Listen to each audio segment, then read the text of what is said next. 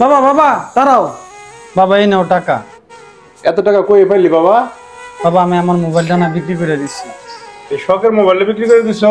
বাবা সকালে যা কিছু হয়েছে সব আমি দেখছি। ভাই উইটা বুড়া যাইতাছে। এই মুরব্বি দাঁড়ান দাঁড়ান। এই মুরব্বি, 2 দিন ধরে ফোন দিতেছি, ফোন ধরেন না কি এর লাগা?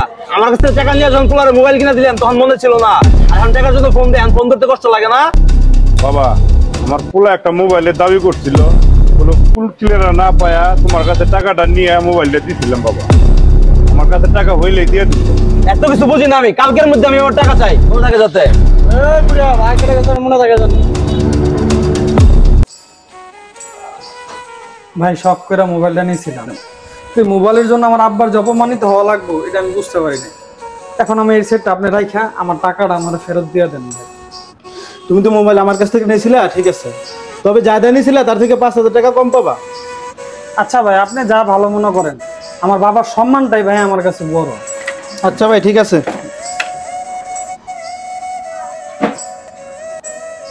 তোমার সম্মানের কাছে আমার শখের কোনো দাম নাই বাবা।